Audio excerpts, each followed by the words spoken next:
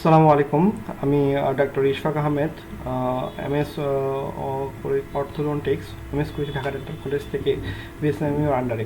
আমরা একটা নতুন একটা ওয়েব সিরিজ ডিমিস্টিফাইং বায়োমেকানিক্স শুরু করেছিলাম।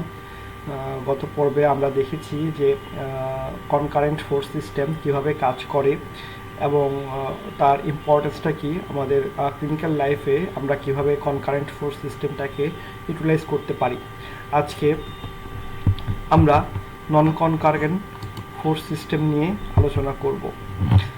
কনকারেন্ট ফোর্স সিস্টেম ছিল যে একটা নির্দিষ্ট পয়েন্টে যে ফোর্সগুলো কাজ করছে সেগুলো কিভাবে কাজ করে, সেগুলোর দিক কী হবে, সেগুলোর সেন্স কী হবে, সেগুলো ম্যাগনিটিউড কী হবে, সেগুলোকে আমরা কীভাবে সামেশন করব, সেগুলোকে কীভাবে কম্পোনেন্টে ভাগ করব, সেগুলো আবার রেজাল্টেন্টটা কীভাবে আমরা অর্জন করব, সেই জিনিসগুলো নিয়ে কিন্তু আমরা গত পর্বে আলোচনা করেছিলাম। এই পর্বে আমরা আলোচনা করব যে ফোর্সগুলো আসলে যদি ভিন্ন ভিন্ন পয়েন্টে কাজ করে এবং একসাথে অনেকগুলো ফোর্স যদি কাজ করে তাহলে সেগুলোর এফেক্টটা কী হবে, বা সেগুলোর ম্যানেজমেন্টটা বা সেগুলোর অ্যানালাইসিসটা কীরকম হবে তার উপরে। কারণ আমাদের দাঁতের উপর কিন্তু একটা নির্দিষ্ট পয়েন্টে নির্দিষ্ট ফোর্সই কাজ করে না, আমাদের অনেকগুলো দাঁতের উপরে বা অনেকগুলো পয়েন্টের উপরে কিন্তু আমরা অনেকগুলো ফোর্স একসাথে আমাদের কাজ করে অর্থোডন্টিক সিস্টেমের মধ্যে। এখানে আমরা দেখতে পাচ্ছি যে হচ্ছে যদি ফোর্সগুলো প্যারালাল থাকে তাহলে হচ্ছে যে তাদের যে রেজাল্টেন্ট বা ডিরেকশনটা আমরা কীভাবে বের করবো। প্যারালাল ফোর্সের আমরা রেজাল্টেন্টটা বের করবো সাধারণত এদের অ্যারিথমেটিক যে ফোর্স লেভেলটা আছে বা ফোর্স ম্যাগনিটিউডটা আছে, মানে F1 হচ্ছে 100G এবং হচ্ছে F2 হচ্ছে 100G এবং এরা 30 মিলিমিটার দূরত্বে কাজ করছে। এদেরকে যদি আমরা এদের টোটাল রেজাল্টেন্ট বের করতে চাই তাহলে তাদের অ্যারিথমেটিক যে যোগফলটা, অর্থাৎ 100 গ্রাম আর ওই দিক থেকে 100 গ্রাম 200 গ্রাম, সেটাই হবে তার অ্যারিথমেটিক যোগফল। ঠিক এরকমভাবে যে এদের যোগফলটাই হচ্ছে আমাদের অ্যারিথমেটিক যোগফল। আর যদি ফোর্সগুলো যদি প্যারালাল না থাকে, ফোর্সগুলো যদি বিভিন্ন দিকমুখী হয় তাহলে সেই ক্ষেত্রে আমাদের তাদের আগে কম্পোনেন্টে ভাগ করে নিতে হবে। আমরা জানি যে কোনো ফোর্সে দুটো কম্পোনেন্ট থাকে, একটা হচ্ছে ভার্টিক্যাল কম্পোনেন্ট, একটা হচ্ছে হরিজন্টাল কম্পোনেন্ট।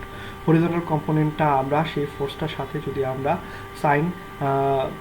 কস থিটা গুণ করি তাহলে হচ্ছে আমরা ভার্টিক্যাল বা আমরা হরিজন্টাল ফোর্স কম্পোনেন্টটা পেয়ে যাই, এবং সেই ফোর্সটার সাথে যদি আমরা তার সাইন থিটা গুণ করি তাহলে সেখান থেকে আমরা তার ভার্টিক্যাল কম্পোনেন্টটা পেয়ে যাই।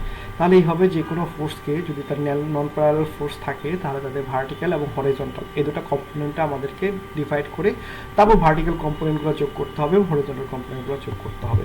সেভাবে আমরা মূল ফোর্সটা পেয়ে যাব। এখন আমাদের খুব ইম্পর্টেন্ট একটা কনসেপ্ট সম্বন্ধে একটু ক্লিয়ার ধারণা থাকা উচিত, সেটা হচ্ছে মোমেন্ট।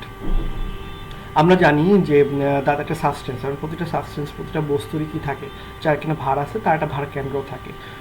একটা নির্দিষ্ট বিন্দুতে তার সমস্ত ভরটা কেন্দ্রীভূত থাকে এবং সেই বিন্দু দিয়ে যদি আমরা তাকে ফোর্স ক্রিয়েট করি তাহলে সে সাধারণত সরল রেখায় মুভ করে।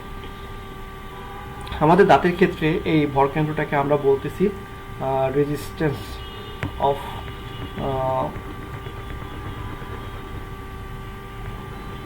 আমরা বলতেছি সেন্টার অফ রেজিস্ট্যান্স। সো এই জিনিসটা খুব ইম্পর্টেন্ট একটা বিষয় যে হচ্ছে যে প্রতিটা দাঁতের একটা সেন্টার অফ রেজিস্ট্যান্স থাকে। যে সেন্টার অফ রেজিস্ট্যান্স বরাবর যদি আমরা কোনো বল প্রয়োগ করি বা কোনো ফোর্স অ্যাপ্লাই করি তাহলে সে কী করবে, সে হচ্ছে সরল রেখায় মুভ করবে বা সেই টুথের ট্রান্সলেশন হবে, পিওর ট্রান্সলেশন হবে। যেহেতু আমরা অনেক সময় ওই সেন্টার অফ রেজিস্ট্যান্স বরাবর ফোর্সটা অ্যাপ্লাই করতে পারি না, আমরা অধিকাংশ ক্ষেত্রে ফোর্সটা অ্যাপ্লাই করি হচ্ছে দাঁতের ব্র্যাকেটের উপরে, যে ব্র্যাকেটটা কিনা তার সেন্টার অফ রেজিস্ট্যান্স থেকে একটা নির্দিষ্ট দূরত্বে অবস্থান করে, তাই না? তাহলে এক্ষেত্রে কী হয়, এক্ষেত্রে দাঁতের যে সেন্টার অফ রেজিস্ট্যান্সে একটা ঘূর্ণন একটা টেন্ডেন্সি তৈরি হয় বা রোটেশনের একটা টেন্ডেন্সি তৈরি হয়। সে যে রোটেশনের যে টেন্ডেন্সি তৈরি হচ্ছে সেই রোটেশনের টেন্ডেন্সিটাই হচ্ছে আমাদের মোমেন্ট। আমরা জিনিসটাকে একটা উদাহরণ হিসেবে ধরতে পারি, যেমন হচ্ছে আমরা যদি একটা বল্টুকে বা নাটকে যদি ঘোরাতে চাই বা খুলতে চাই বা লাগাতে চাই তাহলে আমরা রেঞ্জ ইউজ করি। রেঞ্জটা কেন ইউজ করি? কারণ হচ্ছে যে এই নাটটাকে যদি আমি ঘোরাতে চাই তাহলে হচ্ছে কিন্তু এই জায়গায় ফোর্স প্রয়োগ করে আমি সহজে ঘোরাতে পারবো না।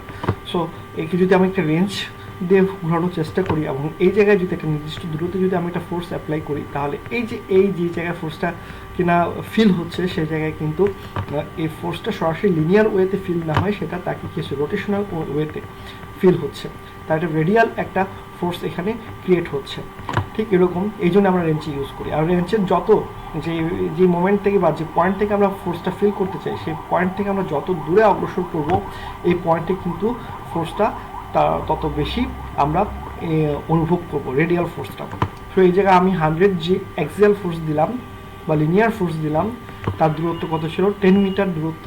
তাহলে আমি এই যে এই পয়েন্টটাতে আমি কতটুকু রেডিয়াল প্রেশার অনুভব করব, রেডিয়াল ফোর্স অনুভব করব, সেটা হচ্ছে যে এই ফোর্স ইন্টু এই ডিস্টেন্স 100G ইন্টু 10 মিলিমিটার, তাহলে টোটাল 1000 গ্রাম মিলিমিটার ফোর্স কিন্তু আমরা রেডিয়াল ফোর্স বা ঘূর্ণন ফোর্স কিন্তু আমরা এখানে ফিল করব।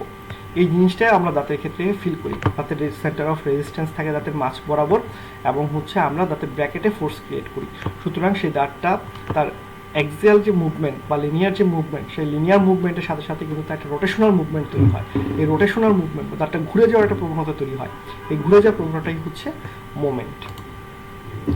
এখন কাপড় কি জিনিস? কাপড় হচ্ছে যদি আমরা একটা নির্দিষ্ট পয়েন্টে যদি বলটা ফোর্সটা অ্যাপ্লাই না করে যদি তার পাশাপাশি দুইটা অপোজিট সাইড থেকে আমরা যদি ফোর্সটা অ্যাপ্লাই করি, তাহলে এখানে দেখা যাচ্ছে কি এই লিনিয়ার মুভমেন্টটা কিন্তু বন্ধ হয়ে যায়, স্টপ হয়ে যায়, একটা আরেকটাকে অপোজ করে।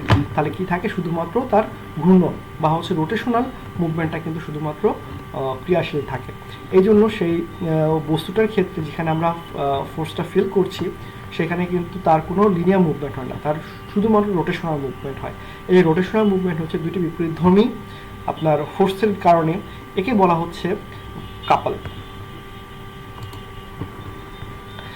এই কাপলের ক্ষেত্রে কাপল কিন্তু একটা ফ্রি ভেক্টর, তার মানে হচ্ছে এর কোনো নির্দিষ্ট দিক নেই। আমরা যে কোনো সাইডে আমরা ফোর্স প্রয়োগ করি না কেন, সে কী করবে? সে ঘুরে যাওয়ার প্রবণতাটা তার অক্ষুণ্ণ থাকবে।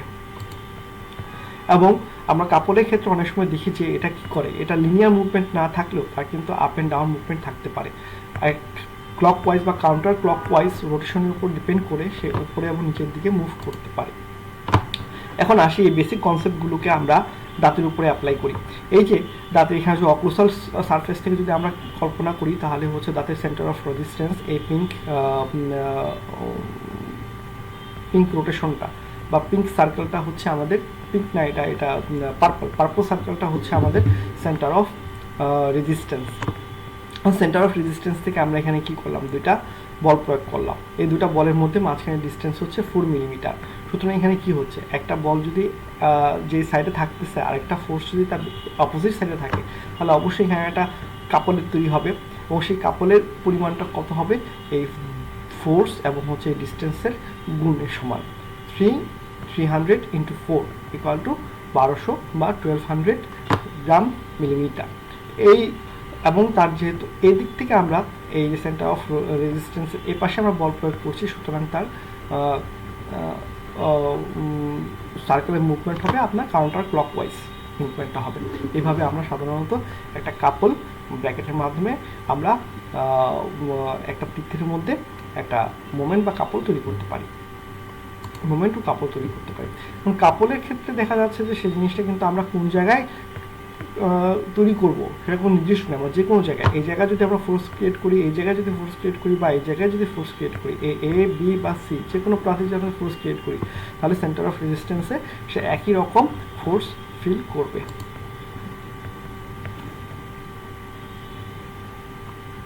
এই যে আমরা আগে বলেছিলাম যে আমরা সাধারণত একটা দাঁতের যে মুভমেন্টগুলো আছে, সেই মুভমেন্টগুলোকে আমরা বিভিন্ন নাম দিয়েছি। কোনোটাকে আমরা রোটেশন নাম দিয়েছি, কোনোটাকে আমরা টিপিং নাম দিয়েছি, কোনোটাকে আমরা টর্ক নাম দিয়েছি, কিন্তু আসলে মূল থিমগুলো কিন্তু একই। মূল থিমগুলো হচ্ছে দুটা পয়েন্টে আমরা বিপরীতমুখী বল প্রয়োগ করার কারণে দাঁতের যে একটা ঘূর্ণন মোশন তৈরি হচ্ছে বা ঘুরে যাওয়ার টেন্ডেন্সি তৈরি হচ্ছে, সেটাই কিন্তু এখানে অ্যাপ্লাই হচ্ছে, তাই না? এই জায়গায় কী হচ্ছে? তাতে রোটেশন হচ্ছে। আমরা এই জায়গায় একটা কাপল মোমেন্ট তৈরি হচ্ছে, এই জায়গায় একটা মোমেন্ট তৈরি হচ্ছে, দুটো বিপরীত মোমেন্টের কারণে সে পিওরলি তার রোটেশন হচ্ছে। এই জায়গায় কী হচ্ছে? এই জায়গায় একটা আপওয়ার্ড ফোর্স তৈরি হচ্ছে, এটা ডাউনওয়ার্ড ফোর্স তৈরি হচ্ছে, অপোজিট ফোর্স তৈরি হচ্ছে। সুতরাং এখানেও তার টিপিং হচ্ছে, কিন্তু এটা এক ধরনের আসলে কাপলিং। এবং এই জায়গায় টর্কের ক্ষেত্রে কী হচ্ছে? টর্কের ক্ষেত্রে এই জায়গায় কিন্তু টর্কের এই যে আমাদের যে স্লটটা আছে, সেই স্লটের এই পাশে কিন্তু একটা আপওয়ার্ড ফোর্স এবং সর্টের ওই পাশে বা ইনওয়ার্ড সাইডে একটা ডাউনওয়ার্ড ফোর্স তৈরি হচ্ছে। দুটা কী হচ্ছে, একটা বিপরীতমুখী একটা ফোর্স ক্রিয়েট হচ্ছে। ধরুন এখানেও কিন্তু একটা ঘূর্ণন বা রোটেশনাল মুভমেন্ট তৈরি হচ্ছে, এটাকে আমরা কাপল বলি। এখন আমরা একটা ক্লিনিক্যাল পিকচারের দিকে আসি, যে এই ক্ষেত্রে পেশেন্টের ক্ষেত্রে দেখা গেল যে তার মিডলাইন ডেফিসিয়েন্সি আছে, মিডলাইন শিফটিং আছে, ঠিক আছে, মিডলাইনটা শিফট হয়ে গেছে। মানে কিন্তু আমরা যদি এই যে এক্সরেতে যদি হিসাব করে দেখি, তাহলে তার এপিক্যাল বেসটা কিন্তু তার শিফট হয়নি। তার মানে তার যে শিফটিংটা হয়েছে, শিফটিংটা শুধুমাত্র এই টুথের পজিশনের কারণে তার শিফটিংটা হয়েছে, অ্যাপিক্যাল রিজিয়নে বা অ্যাপিক্যাল বেসে তার কোনো শিফটিং হয়নি। সেই ক্ষেত্রে আমরা যদি একটু ওয়াইসলি আমরা যদি ব্র্যাকেটগুলো বসাই এবং যদি এই যে এই মুভমেন্ট এবং কাপলের বিষয়টা কনসেপ্টটাকে যদি আমরা ইউটিলাইজ করার চেষ্টা করি, তাহলে দেখা যাচ্ছে যে কোনো ধরনের কোনো কমপ্লেক্স ডিজাইন ছাড়াই আমরা এই দাঁতটার কারেকশন করে ফেলতে পারবো। এই যে এখানে আমরা ঠিকমতো ব্র্যাকেট বসানোর ফলেই দেখা গেছে যাতে মিডলাইন কারেকশনটা হয়ে গেছে। এক্ষেত্রে একটা খুব গুরুত্বপূর্ণ এবং ওয়াইজ একটা বিষয় তারা নিয়ে আসছে, খুব ইন্টেলিজেন্ট একটা বিষয় নিয়ে আসছে, যে এখানে দেখেন এখানে হচ্ছে যে সেকেন্ড মোলার দাঁতটা কিন্তু অনেক বেশি টিপ হয়ে আছে। এই যে এই জায়গায় যে ক্রস বাইটটা তৈরি হলো, সেই ক্রস বাইটটা তৈরি হচ্ছে এন্টায়ারলি এই পোস্টেরিয়রটিতে মুভমেন্টের কারণে, তার টিপিং মুভমেন্টের কারণে। সো এই ক্ষেত্রে তার লিঙ্গ ভার্সন হওয়ার কারণে, ঠিক আছে। এই ক্ষেত্রে যদি আমরা 16-22 মিটি ওয়্যারকে যদি আমরা টুইস্টেড করে যদি এই দুই জায়গায় প্রবেশ করি, এবং এই 6-7-এর ক্ষেত্রে আমরা যে 16-22 ওয়্যারটাকে আমরা 16-22 ইঞ্চি ওয়্যারটাকে প্রবেশ করলাম, সেটাকে একটা টুইস্ট করে আমরা কী করলাম, আমরা সেকেন্ড প্রিমোলারে ঢুকাই দিলাম। তাহলে এখানে তার এই পাশে একটা কাপল তৈরি হলো, মুভমেন্ট তৈরি হলো, তার অপর পাশে একটা মুভমেন্ট তৈরি হলো। এই মুভমেন্টের কারণে কিন্তু এই 6-7টা কিন্তু তার লিঙ্গ ভার্সন থেকে সে তার প্রপার পজিশনে চলে আসলো। আর যদিও এখানে এই সেকেন্ড প্রিমোলারটা বা 5টা অনেক বেশি লিঙ্গ ভার্সন হয়ে গেছে, আমরা এখানে ট্রিটমেন্ট প্ল্যান হিসাবে রেখেছিলাম যে এই প্রিমোলারটাকে আমরা এক্সট্রাকশন করব। সো এখানে এই ক্ষেত্রে যে ধরনেরই সাইড এফেক্ট তৈরি হোক না কেন, আমাদের মূল টার্গেট ছিল এই 7টাকে তার সঠিক পজিশনে পৌঁছায় নিয়ে আসা। সো আমরা মোমেন্টটাকে ওয়াইজলি ইউজ করলাম। Determining the point of force application of the resultant. আসলে এখানে রেজাল্টেন্টের ফোর্স অ্যাপ্লিকেশনটা আমরা কীভাবে করবো, এই যে আমরা প্রথমে একটা ছবি দেখেছিলাম যে দুটা প্যারালাল ফোর্স, একটা হচ্ছে 100G আর একটা হচ্ছে 100G, এবং তাদের মাঝখানে ডিস্টেন্স ছিল 30 মিলিমিটার। তো এই রেজাল্টেন্ট ফোর্সটা আমরা কীভাবে বের করবো? রেজাল্টেন্ট ফোর্সটা আমরা ধরেছি রেজাল্টেন্ট ফোর্সের দুটা লিনিয়ার যোগফল কত ছিল? 200G লিনিয়ার যোগফল ছিল। লিনিয়ার যোগফল থেকে এটা কোথায় আমাদের ফিল হবে, এই জিনিসটা কোথায় আমরা অনুভব করব, সেই জিনিসটাতে এখানে বলা হয়েছে যে এটা যে কোনো জায়গায় সে যত দূরে যাওয়া যাক না কেন, এটা আসলে যে কোনো জায়গায় আমরা একই রকম ফোর্সটা ফিল করব।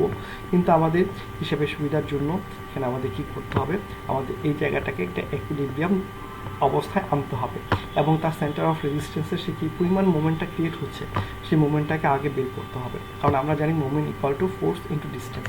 তো এখানে ডিস্টেন্স কত? 3 মিলিমিটার, এখানে ফোর্স কত? 100G।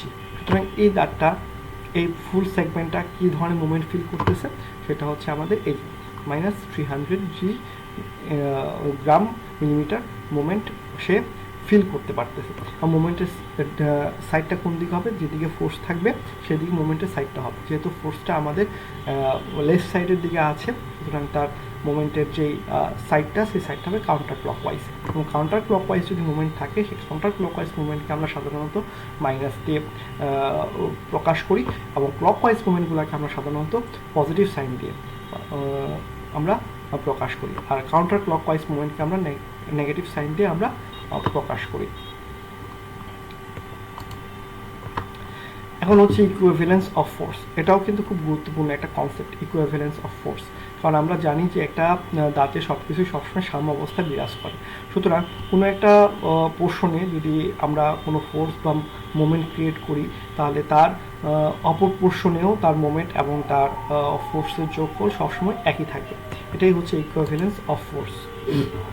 তাহলে আমাদের সেই ইকুইভ্যালেন্স অফ ফোর্সটাকে আমাদের কি করতে হবে, আমাদের ওই তার সেন্টার অফ রেজিস্ট্যান্সে আমাদের ইকুইভ্যালেন্স অফ ফোর্সটাকে আমাদের প্রকাশ করতে হবে, আমাদের সবসময় সেই জিনিসটা মাথার মধ্যে রাখতে হবে।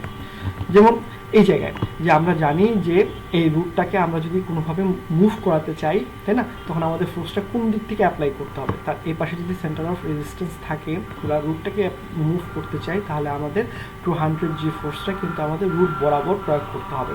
কিন্তু আমরা এই রুট বরাবর ফোর্সটাকে প্রয়োগ করতে পারি না, আমরা ফোর্সটাকে সবসময় প্রয়োগ করি কি ব্র্যাকেট বরাবর।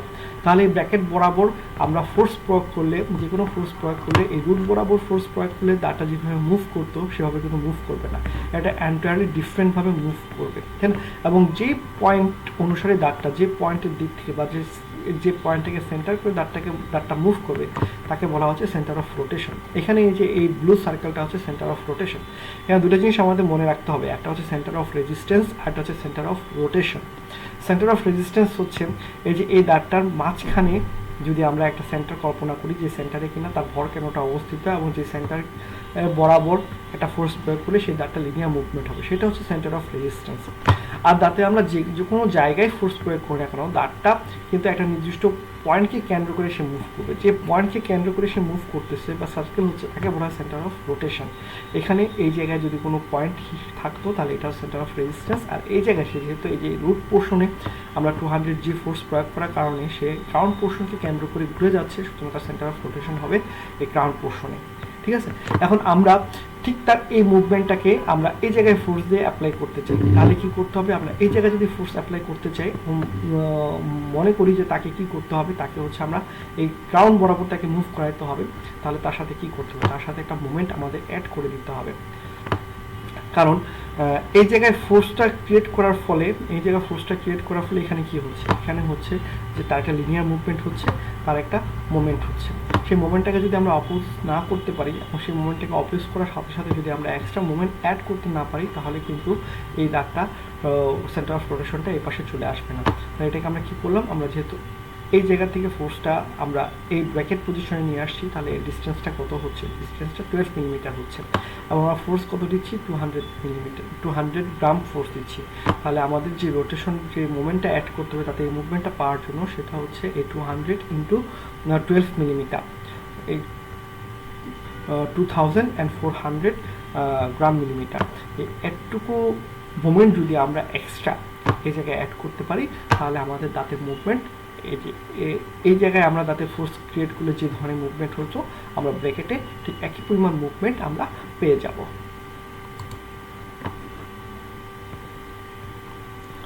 এই যে এখানেও ঠিক ওরকমভাবে দেখানো হয়েছে যে আমরা সাধারণত ফোর্স প্রয়োগ করি কোথায়, ব্র্যাকেটে ফোর্স প্রয়োগ করি। ব্র্যাকেট থেকে আমাদের সেন্টার অফ রেজিস্ট্যান্সের একটা ডিস্টেন্স থাকে, ঠিক আছে। তো হচ্ছে এখানে আমরা যতটুকু ফোর্স অ্যাপ্লাই করছি, 200 গ্রাম ফোর্সটা অ্যাপ্লাই করছি, সেটা তো মুভ করবে, এই জায়গায় মুভ করবে না, এটা তো দাঁতটা ফিল করবে হচ্ছে সেন্টার অফ রেজিস্ট্যান্সে। তাহলে সেন্টার অফ রেজিস্ট্যান্সে সে কী ফিল করবে, সেন্টার অফ রেজিস্ট্যান্সে সে কিন্তু ফোর্সটার সাথে সাথে তার যে ডিস্টেন্সটা আছে 7 মিলিমিটার, তাহলে কত, 7 দুগুণে 14, টোটাল 1400 গ্রাম মিলিমিটার, সে কিন্তু সেন্টার অফ রেজিস্ট্যান্সে এই 1400 গ্রাম মিলিমিটার মোমেন্টও সে ফিল করবে। তাহলে আমাদের এখানে আমরা এই ফোর্সটাকে যদি আমরা ইকুইভ্যালেন্স করতে চাই সেন্টার অফ রেজিস্ট্যান্সে, তাহলে আমাদের কি করতে হবে, এই ফোর্সটাও অ্যাড করতে হবে 200G লিনিয়ার ফোর্স, এবং তার সাথে আমাদের অ্যাড করতে হবে 7 × 200 = 40,000 গ্রাম মিলিমিটার মুভমেন্ট অ্যাড করতে হবে। যেটা কাউন্টার ক্লকওয়াইজ মুভমেন্ট, সুতরাং হচ্ছে এর সাইন হবে অবশ্যই নেগেটিভ সাইন।